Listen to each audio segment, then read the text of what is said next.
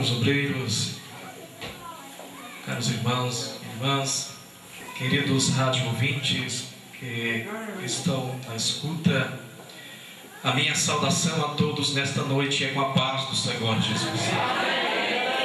Glorificado seja o Pai, quantos dizem amém? Amém. Glorificado seja o Filho, quantos dizem amém? Amém. Glorificado seja o Espírito Santo. Glorificado seja o Senhor, nosso Deus, Criador dos céus e da terra, Criador supremo de todas as coisas, o Deus que nos ama e por sua infinita graça, misericórdia e bondade tem nos concedido o privilégio de estarmos reunidos na noite deste dia, neste lugar, com este propósito singelo e maravilhoso de exaltarmos, glorificarmos, enaltecermos, bendizermos, adorarmos o seu santo e precioso nome. Ao Senhor, nosso Deus, nesta noite, seja tributada toda a honra, toda a glória, todo o louvor, toda a reverência, toda a nossa devoção, toda a nossa adoração. Aleluia.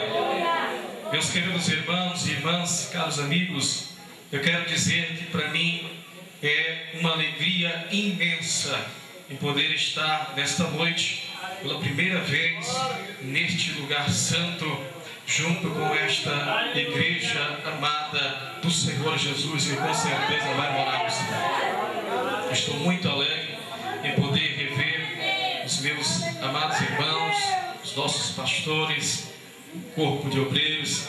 Eu estou muito feliz nessa noite por ver ali o evangelista Fabiano Tenório, nosso amigo de longa data, companheiro e também um pai espiritual para mim. Louvo a Deus pela vida do pastor desta igreja, o pastor Nino.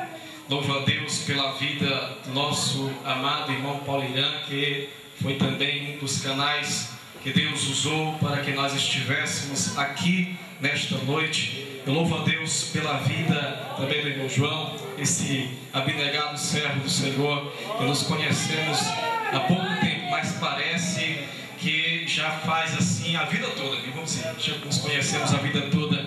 A minha alma se identificou muito com a alma deste homem, porque eu vejo que é um homem de Deus, apaixonado pela sã doutrina do Senhor Jesus.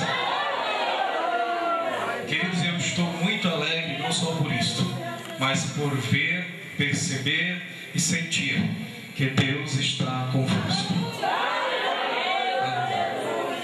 Irmãos, em poucos lugares nós sentimos o que nós estamos sentindo de Deus aqui nessa noite.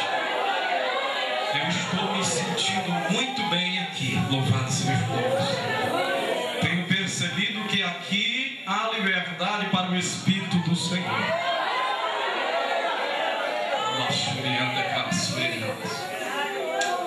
E por isso, queridos, o meu coração se enche de alegria.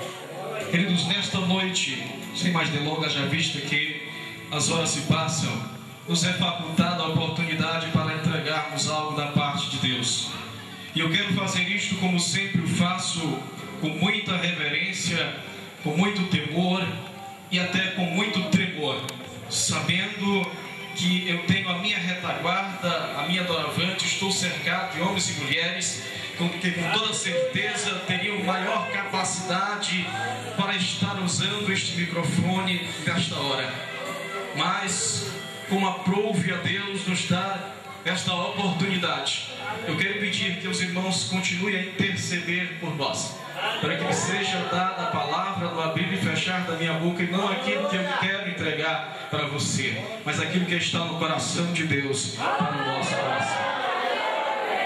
Sei que não vai ser tarefa fácil, estou aqui substituindo um pastor, mas pastor Daniel de Geminiano, com certeza um homem de Deus, avalizado, capacitado na palavra para ministrar. Vai ficar uma lacuna bem grande para preencher, muito grande mesmo. Mas, queridos, deixa eu dizer uma coisa. Eu estou orando a Deus e tenho plena convicção que o Espírito Santo de Deus vai preencher todos os espaços dessa noite. Então, queridos, tanto quanto lhe seja possível, e assim você o desejar, abra o teu exemplar da Bíblia Sagrada, no livro do profeta Abacuque. Se você não quiser abrir, não tem nenhum problema. Mas se quiser, Então vamos abrir a Bíblia Sagrada, a Palavra de Deus, no livro do profeta Abacuque. Eu quero ler, queridos, um texto bastante conhecido dos irmãos. É sempre bom nós andarmos em caminhos conhecidos. Quem anda em caminhos conhecidos, torna-se mais difícil para se perder. Louvado seja Deus. Eu quero falar, queridos, a respeito daquilo que o próprio Deus, na realidade, está colocando como a temática deste trabalho. Eu quero continuar nesta noite falando a respeito de avivamento. Mas antes, queridos, nós lermos o texto do livro do profeta Abacuque, o capítulo número 3.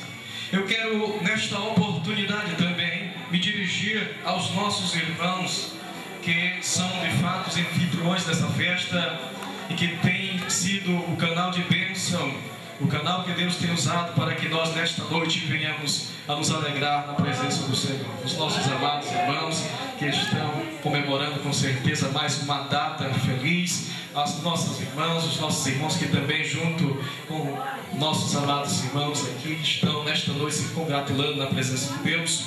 Queridos, eu tenho uma palavra do Senhor para dedicar para vocês. Livro dos Salmos, capítulo de número 20. Glória a Deus. Livro dos Salmos, capítulo de número 20. Há um sincero desejo do meu coração para os nossos irmãos nesta noite. E diz-nos assim o texto sagrado: O Senhor te ouça no dia da angústia, o nome do Deus de Jacó te proteja. Envie-te socorro desde o seu santuário e te sustenha desde Sião.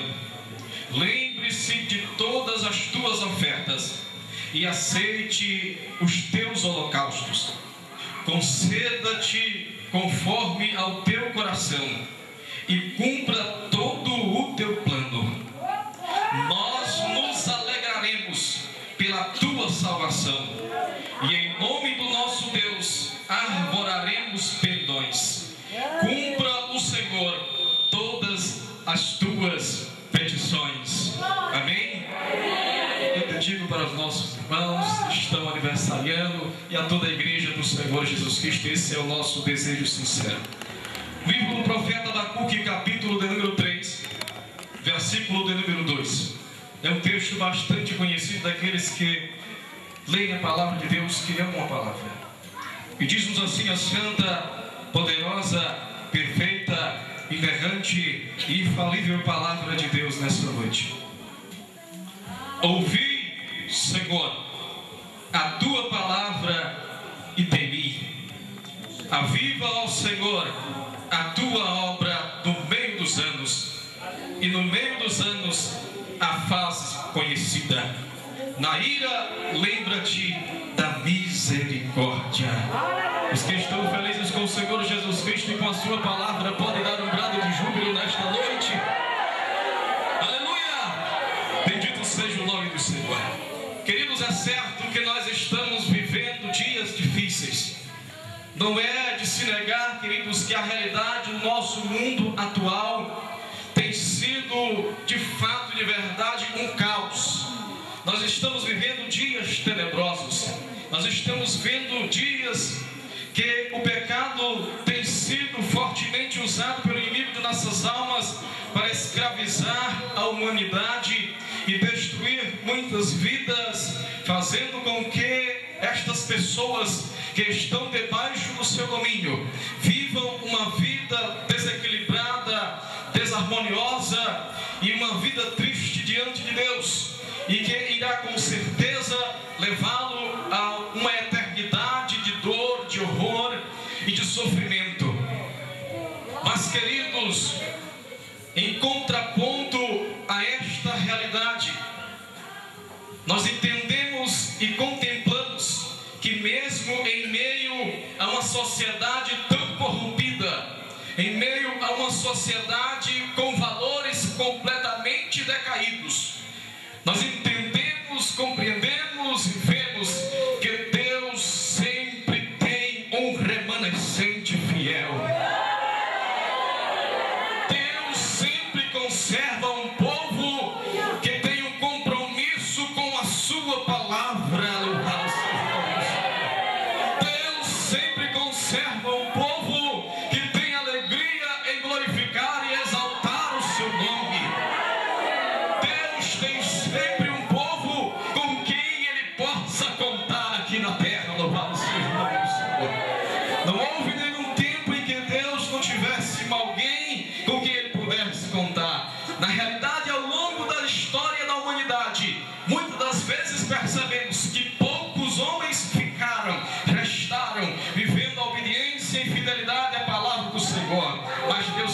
observava alguém.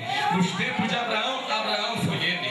Nos tempos de Moisés, Moisés foi ele. Enfim, Deus sempre tem um remanescente. E agora, queridos, quando nós olhamos para este texto sagrado e começamos a perguntarmos alguma coisa a respeito disto que o profeta Abacuque falou, nós, queridos, observamos uma coisa: este homem de Deus, que com certeza tinha uma intimidade profunda e uma comunhão com Deus de uma maneira especial.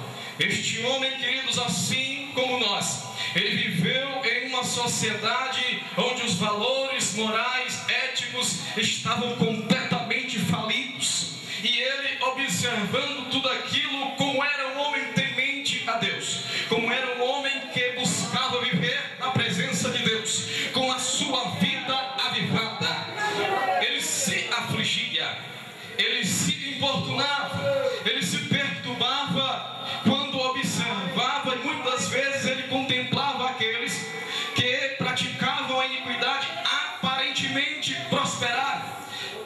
Ele observava e via que aqueles que praticavam a maldade aparentemente não recebiam o cumprimento da justiça divina em suas vidas. E aquilo lhe perturbou tanto que ele chegou a fazer uma oração a Deus e disse: Deus, eu clamo violência e o Senhor não socorre. Deus, eu estou vendo a vexação tomar conta e parece que o Senhor não está vendo isto acontecer. Mas, queridos, o texto sagrado nos revela que Deus falou com o seu servo e deu-lhe uma visão, e através daquela visão fez com que ele entendesse que o caminho daqueles que vivem na desobediência e na prática do pecado podem até parecer prósperos, mas o seu final é morte. E quando o profeta recebeu esta revelação de Deus, que foi acompanhada de uma visão daquilo que iria acontecer com os ímpios, aqueles que andavam alienados da palavra de Deus, ele agora aflige ainda mais a sua alma, porque ele compreendia, ele entendia e sabia o que Deus fazia nos tempos de avivamento do seu povo e o que Deus era capaz de fazer quando o povo se rebelava. Então, antes que a vexação, antes que a ira de Deus se manifestasse sobre a humanidade da sua época, com pestilências, com doenças e com toda sorte de pragas, ele clama a Deus e faz uma oração que deve representar o desejo maior de todo aquele que serve ao Senhor. Ele abre a sua boca e diz: aviva, ó Senhor, a tua obra no meio dos anos, e no meio dos anos a notifica. Na ira, lembra-te da misericórdia. Aleluia! Esse tem que ser o maior desejo do servo de Deus. Este tem que ser o desejo que está inundando o nosso coração, de ter uma vida avivada na presença de Deus. E nesta noite, queridos, não fugindo do tema que o Espírito Santo colocou neste trabalho, eu quero falar sobre o genuíno avivamento. Porque, queridos, o movimento nós estamos vendo por toda parte. Todos os dias nós somos confrontados com formas diferentes de ver, viver e pregar o Evangelho. As igrejas têm sido abertas como as ondas atingem as praias do mar, uma se dizendo avivada, é unção para cá, é poder para lá, é mistério aqui, é glória para lá, todas elas se dizendo avivadas. Mas, queridos, o Senhor tem nos advertido que o genuíno avivamento, ele é conhecido pelaquilo que ele produz na vida daqueles que por ele é alcançado. Para você ter uma dimensão do que eu estou falando, eu não estou falando de um movimento humano, uma agitação de cunho secular que vai emocionar alguém. Não, eu estou falando aqui de uma manifestação sobrenatural da parte de Deus, movida pelo seu Espírito Santo, para trazer o crente de volta aos princípios de obediência e temor à palavra de Deus. Movimento nós estamos vendo todos os dias. Os profetas de Baal Nossa, como fazia o movimento. O texto sagrado diz que os profetas de Baal, quando foram desafiados por Elias, quando eles estavam no cume do Monte Carmelo, oferecendo os seus sacrifícios, esperando o Deus verdadeiro responder com fogo, diz o texto sagrado que de manhã cedo até as 3 horas da tarde, eles pulavam e saltavam sobre o altar, e como se fosse pouco, eles começavam a rolar. Como se fosse pouco, o texto sagrado diz que eles profetizavam. Foi um movimento que alguém olhando de longe disse: rapaz, ali é coisa de Deus. Coisa de Deus não, Deus não estava naquele negócio, era movimento da carne, era coisa do inimigo, era fogo estranho que estava ali. Aí, queridos, eles estavam clamando, pedindo a Deus fogo, e bater de pé não manifesta fogo, profetada também não faz descer fogo do céu, pular e saltar, rolar no chão não é sinônimo de que o fogo está caindo. Para fazer o fogo descer do céu, é necessário ter intimidade com o Deus eterno, o Deus altíssimo, louvado seja o nome do Senhor. Tem que ter intimidade com Ele para fazer o fogo descer do céu.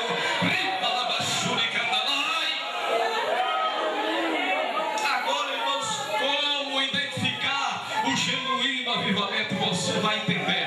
E o que Deus vai fazer aqui nesta noite com você vai ficar marcado na tua história. Não porque o irmão Rodrigo está pregando aqui de maneira nenhuma, é porque Deus tem falado ao meu coração e tem dito: meu filho, fala para a minha igreja que é a última hora, e eu voltarei para buscar o meu povo, e eu vou levar um povo que tem azeite na lamparina.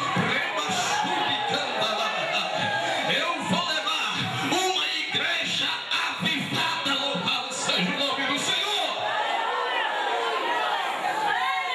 O genuíno avivamento, queridos, ele é produzido e tem alguns elementos que são indispensáveis. O primeiro elemento que nós encontramos em genuíno avivamento, sabe qual é? É a palavra de Deus. Não existe nenhum avivamento dentro da Bíblia Sagrada em que, em primeiro lugar, a palavra de Deus não fosse manifesta. Você sabe por quê?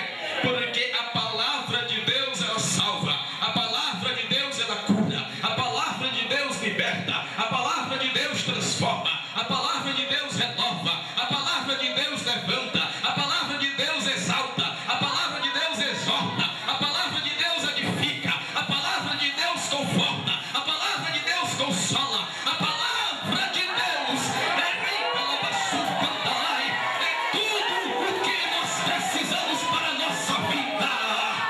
Quando Jesus Cristo estava iniciando o seu ministério terreno, diz o texto sagrado de Mateus, capítulo de número 4, que ele foi para o deserto da Judeia se preparar para começar a realizar a grande obra. E o texto sagrado nos diz que ele passou 40 dias e 40 noites orando, jejuando. Porque, queridos, para fazer a obra de Deus não é necessário ter um doutorado em teologia, isso é balela. Para fazer a obra de Deus não precisa de diploma acadêmico, isto aí é esterco. Para fazer a vontade de Deus, para fazer a obra de Deus, o crente se prepara e consagrando a sua vida no altar da oração, da comunhão com Deus, do jejum e da santificação. Aleluia! O texto sagrado diz que Jesus estava lá já 40 dias e 40 noites, com certeza, visivelmente abatido. O seu corpo estava visivelmente emagrecido, quando de repente, depois daqueles tempos, teve fome. E diz o texto sagrado que apareceu o tentador, Satanás, o diabo, e lhe fez a seguinte proposta: se tu és o Filho de Deus, porque do jeito que eu estou te vendo, na situação em que eu estou observando você, você pode ser qualquer coisa menos Filho de Deus. Na prova que você está passando, você está enfrentando, este problema tão grande que você está vivendo, você pode ser qualquer coisa, menos filho de Deus. Mas eu vou te dar uma oportunidade para você me provar que você é filho de Deus. Se tu és o filho de Deus, disse Satanás, manda que estas pedras se transformem em pães. Mostra para mim que você tem poder.